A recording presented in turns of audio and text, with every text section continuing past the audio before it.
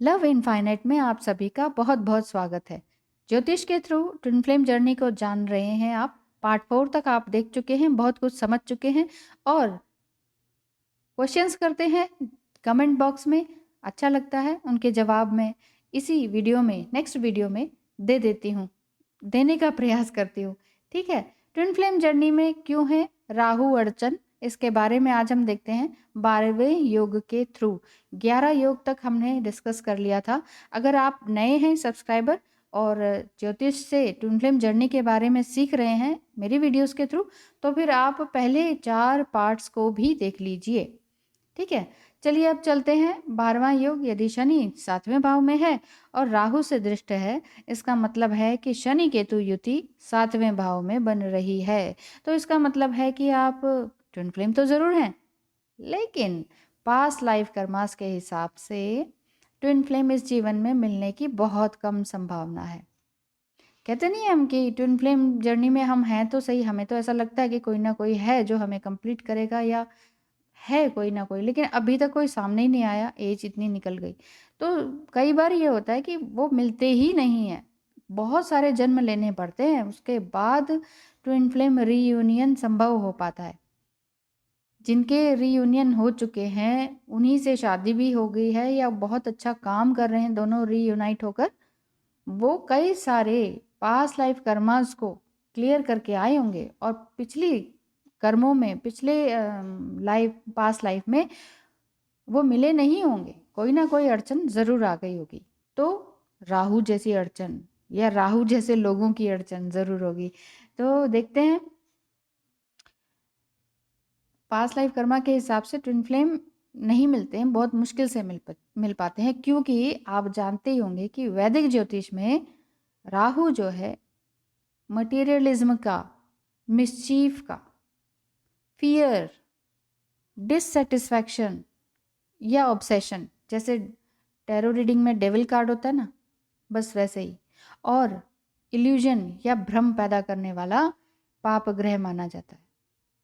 साथ ही राहु सूर्य और चंद्र का शत्रु भी होता है। इसलिए यदि शनि और केतु विवाह भाव में एक साथ बैठे हैं ना, तो लग्न में बैठे पाप ग्रह राहु से दृष्ट होंगे ही होंगे। ठीक है, अतः ये कंजक्शन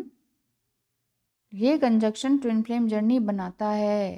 पर वर्तमान जीवन में, इस जीवन में पिछले जन्म के कर्म जो शायद हमने अच्छे ना किए हों, अब हम ये नहीं कह सकते ना, नहीं नहीं पिछले जन्म में भी हम अच्छे थे, ऐसा हम नहीं कह सकते। तो पिछले जन्म में कुछ ना कुछ बुरे कर्म किए होंगे जो ठीक नहीं थे, जाने अनजाने, उसके कारण राहु इस जीवन में ट्विन फ्लेम से मिलने में व्यवधान उत्पन्न करते हैं। तो आगे बढ़ने से पहले आपका प्रश्न ले लेते हैं। प्रश्न आया है हर्षिता छाबड़ा जी का। हर्षिता छाबड़ा जी, आपका बहुत बहुत स्वागत है। आपने प्रश्न किया, मैं तो राहु स्टार्ट होने पर ही, आपने लेकिन मेरी टैरो रीडिंग में क्वेश्चन किया था। हाँ, उसमें मैंने मेंशन किया था कि राहु कितने 18 इयर्स तक चलते हैं, केतु 7 इयर्स तक चलते हैं, तो 25 इयर्स तो गए समझो।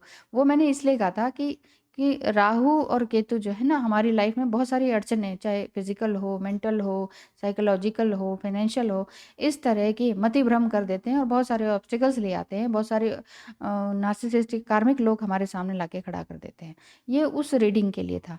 अच्छा, वहीं पर आपने अगर क्वेश्चन किया है, तो हर्षिता छाबड़ा जी, आशा करती हूँ आप यहाँ भी देखने आ गई होंगी, तो आपका क्वेश्चन मैंने ले लिया है।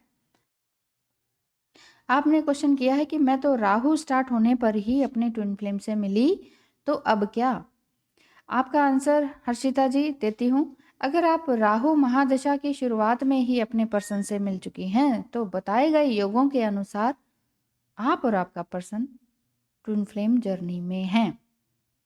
तो ये ज़रूरी नहीं है कि आपका पर्सन जिससे आप मिल रही हैं वो आपका ट्विन फ्लेम भी होगा। समझ रहे हैं ना बात को? ये ज़रूरी नहीं है कि जिनसे आप मिल रहे हैं, जिनको आप डीएम समझ रहे हैं ना, वो आपका डीएम ही हो। हाँ, हो सकता है अगर ट्विन फ्लेम होने के योग आपके साथ मैच हो रहे हो, तो सिम्पटम्स हम बताते हैं ना कि ऐसा है, ऐसा है, ऐसा है, ये होते हैं सिम्पटम्स, तो वो सारे के सारे मैच हो रहे हैं। ये नहीं कि 2-4 मैच हो रहे हैं। सब ये कहते हैं हमें बटरफ्लाई दिख रही है और वो दिख रहा है, हमारा रीयूनियन पक्का है और हम डिवाइन फेमिनाइन पक्का है। एक दो चीज़ों से नहीं होता है, ये स्पिरिचुअल जर्नी है, ये फिजिकल जर्नी है ही नहीं। ट्विन फ्लेम जर्नी एक स्पिरिचुअल जर्नी है, उसमें कोई शादी या फिजिकल कनेक्शन नहीं होता है। मतलब हो भी सकता है, लेकिन उसके लिए भागना वो गलत है। इस चीज़ को समझ लेंगे ना सभी, तो हायर सेल्फ में आने का फिर आप काम कर सकते हैं। नहीं तो ये सबको यही होता है कि रीयूनियन का मतलब चलो जी शादी हो गई, फिजिकल हो गए, मज़ा आ गया। ये नहीं, ये चीज़ है ही नहीं। Twin flame journey spiritual journey है, ईश्वर से मिलाने की जर्नी है। एक इंसान को सही मायने में इंसान, एक ह्यूमन बीइंग को एक बीइंग बनाने का इंसान है, जर्नी है। ठीक है। हाँ, तो आपने क्या कहा था? ऐसे कहा था आपने कि स्टार्टिंग में ही मिल गया, आप राहु के स्टार्ट होने में। तो हो सकता है ना कि आप ट्विन फ्लेम के योग आपके साथ मैच कर रहे हो, तो ये हो सकता है कि आप ट्विन फ्लेम हो। तो मैं आपको बता दूं कि मैंने आपको अभी ट्विन फ्लेम जर्नी के योग बताए हैं। आपका पर्सन आपका ट्विन फ्लेम होगा या नहीं, ये योग अभी मैं बता ही नहीं रही हूँ, आगे चल के बताऊंगी ज़रूर। तो थोड़ा-सा सब्र करें और मेरी वीडियोस देखते रहें। कीप वॉचिंग, इसीलिए मैं कहती हूँ कीप वॉचिंग, देखते रहिए। अभी एकदम से हार मत मानिए कि ओह! मेरा तो जिनसे मैं प्यार करती हूँ वो ट्विन फ्लेम जर्नी में, मैं नहीं हूँ। और फिर आप परेशान हो जाते हैं। नहीं, ऐसा नहीं करना है। अभी एकदम छोड़ के मत जाइए, क्योंकि ट्विन फ्लेम जर्नी के योग अभी पूरे कहाँ हुए हैं। तो मेरे साथ देखते रहिए, चलते रहिए। आगे बढ़ते हैं अगले सूत्र की तरफ। 13वां सूत्र है, सप्तमेश यदि शुभ ग्रह हो और शनि से दृष्ट हो तो ट्विन फ्लेम जर्नी का प्रबल योग बनता है। सप्तमेश यानी 7वें भाव का स्वामी, मिलन का स्वामी, डिवाइन जर्नी का स्वामी। यदि यही सप्तमेश शनि से दृष्ट हो, जो डिवाइन जर्नी के ग्रह हैं, तो 100%, बिल्कुल जी हाँ, 100% आप मान लीजिए कि आप ट्विन फ्लेम जर्नी में हैं। मैं आपको और समझा दूं कि यहाँ सप्तमेश सिर्फ शुभ ग्रह ही होना चाहिए। यदि सप्तमेश शुभ ग्रह नहीं है ना, तो ट्विन फ्लेम जर्नी पर ये सूत्र अप्लाई नहीं करेगा, लागू ही नहीं होगा। अब आप मान लीजिए 7वें भाव में 2 या 7 की गिनती लिखी है, तो इसका मतलब है कि वृष और तुला राशि हुई। ठीक है ना, दूसरी तो बन गई वृष, 7वीं हुई तुला। अब दोनों के स्वामी कौन कौन है बताइए? दोनों के स्वामी है शुक्र, जो कि शुभ ग्रह है। अतः इस स्थिति में यदि शुक्र शनि से दृष्ट हो तो ट्विन फ्लेम जर्नी का योग बनता है। इसी तरह यदि 7वें भाव में 3 या 6 की गिनती है, तो इसका मतलब मिथुन और कन्या राशि हुई। ठीक है ना, तीसरी मिथुन हो गई, छठी क्या हो गई? कन्या राशि हो गई। तो जिनके राशि नाथ कौन है? बुध हैं, जो शुभ ग्रह हैं। अब यदि कुंडली में बुध शनि से दृष्ट हो तो ट्विन फ्लेम जर्नी का योग बनता है। और यदि 7वें भाव में 4 की गिनती हो तो राशि क्या बनी? राशि बनी कर्क। इस हिसाब से राशि स्वामी यानी सप्तमेश चंद्र हो गए, जो शुभ ग्रह होते हैं। अतः यदि चंद्र किसी भी भाव में विराजमान होकर शनि से दृष्ट हो तो ट्विन फ्लेम जर्नी का योग बनता है। आशा करती हूँ यहाँ तक समझ आ गया होगा। आगे और बताती हूँ। इसी तरह यदि 7वें भाव में 9 या 12 की गिनती हो तो राशि धनु और मीन बन जाती है, जिनके स्वामी गुरु हैं, वो भी शुभ ग्रह हैं। ठीक है ना, जब गुरु भी शुभ ग्रह हैं तो क्या बना? सप्तमेश यानी गुरु किसी भी भाव में शनि से दृष्ट हो तो क्या बनेगा? ट्विन फ्लेम जर्नी का योग बनेगा। उम्मीद है आपको 13वां सूत्र भी समझ में आ गया होगा। आगे बढ़ने से पहले एक और प्रश्न ले लेते हैं। प्रश्न है रैना खन्ना जी का। रैना खन्ना जी, प्रश्न करने के लिए बहुत बहुत धन्यवाद। आपका आता है क्वेश्चन ये कि चंद्र केतु युति D9 में 12वें भाव में हो तो क्या होता है? चंद्र शुक्र और सूर्य D9 में 10वें भाव में हो तो क्या बनेगा? आंसर है, रहना खन्ना जी, मैं आपको बता देती हूँ कि चंद्र केतु की D9 में 12वें भाव में युति ट्विन फ्लेम योग बनाती है या नहीं, इस बारे में मैंने अभी तक नहीं पढ़ा है, पढ़ा ही नहीं है। लेकिन हाँ, चंद्र शुक्र सूर्य युति D9 में अगर 5वें, 7वें, 8वें या 11वें भाव में हो तो ट्विन फ्लेम जर्नी का योग बनता है। समझ गए ना? 5th, 7th, 8th और 11th भाव में होना चाहिए। कौन? चंद्र, शुक्र और सूर्य की युति D9 में। तब जाके ट्विन फ्लेम जर्नी का योग बनेगा रैना खन्ना जी। आशा है आपको उत्तर समझ आ गया होगा। अब बात करते हैं अगले सूत्र की। अभी जाना नहीं है, एक सूत्र और बता देते हैं और इसको भी समझ लीजिए। आपकी या आपके डीएम की कुंडली अगर आपके सामने है, समझते जाइए, समझते जाइए और समझते जाइए, अभी पिक्चर बाकी है।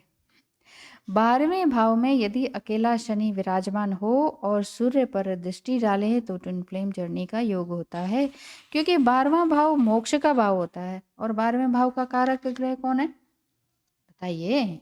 12वें भाव का कारक ग्रह भी तो शनि होता है। तो शनि जो है 12वें भाव में बली होकर यदि सूर्य यानी आत्मा पर दृष्टि डाले तो ये डिवाइन जर्नी का योग बनता है। आशा है आपको आज के सूत्र अच्छे से समझ आ गए होंगे। आगे ना समझ 14वां जो था योग, ये मैंने बता दिया आपको। 12वें भाव में जब शनि बली हो जाएंगे ना, तब सूर्य यानी कि आत्मा पर दृष्टि डालेंगे, तब जाके बनेगा ट्विन फ्लेम जर्नी का योग। अब आपको किसी भी तरह का प्रश्न पूछना है तो आप कमेंट बॉक्स में ज़रूर कमेंट कीजिए। नेक्स्ट वीडियो में ज़रूर आपका आंसर लूँगी। ऐसे ही आगे और इंटरेस्टिंग वीडियोस बनाती रहूँगी। और अगर आपको कुंडली या टैरो रीडिंग की बुकिंग करवानी है तो आपका बहुत बहुत स्वागत है। बिल्कुल नॉमिनल चार्जेस हैं, अफोर्डेबल फ़ी है, ऐसी आपको नहीं मिलेगी। ये मेरा उद्देश्य कम फीस रखने का यही है कि मैं बहुत सारे लोगों की हेल्प कर पाऊँ। ये हेल्प करने के ही उद्देश्य से रखा है, नहीं तो पैसे कमाने होते तो बहुत रख सकती थी। नॉमिनल फ़ी में आप मुझसे बहुत अच्छा रिज़ल्ट ले सकते हैं।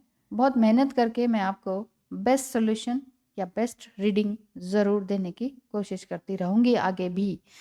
तो आपके सहयोग के लिए बहुत-बहुत धन्यवाद। और इसका प्रोसेस अगर जानना चाहते हैं तो डिस्क्रिप्शन बॉक्स में व्हाट्सएप नंबर दिया हुआ है, उसमें मैसेज डालिए कि आपको एस्ट्रो रीडिंग करवानी है या personal reading. Astro reading twin flame journey के लिए 500 रुपये है और होल रीडिंग को डिटेल्स में जानने के लिए 1000 रुपीज़ है। और अगर टैरो रीडिंग करानी है 1 आवर की, जिसमें आप फेस टू फेस या कॉल टू कॉल हमारी बात हो जाएगी, आपके क्वेश्चंस होंगे, कार्ड शफल होंगे और आपके आंसर्स मिलेंगे, गाइडेंस मिलेगी, तो उसके लिए 1000 रुपीज़ है। ठीक है? बिल्कुल नॉमिनल फ़ीस है, इसके लिए प्लीज़ बहुत ज़्यादा रिक्वेस्ट ना करें कि कम कर लें, कम कर लें। तो पहले ही मैंने बहुत कम फ़ीस रखी हुई है। देखिए एनर्जीज़ और टाइम का चार्ज है, बाकी तो मेरी ये सेवा ही है, मैं सर्विस करना चाह रही हूँ, आपके लिए अच्छी हेल्प देना चाह रही हूँ, किसी भी तरह से गाइडेंस आपको मिले जीवन में, बस यही चाहती हूँ कि आपका जीवन खुशहाल बने। तो मुझे सेवा का अवसर ज़रूर प्रदान करें। Thank you so much for watching. Have a nice day.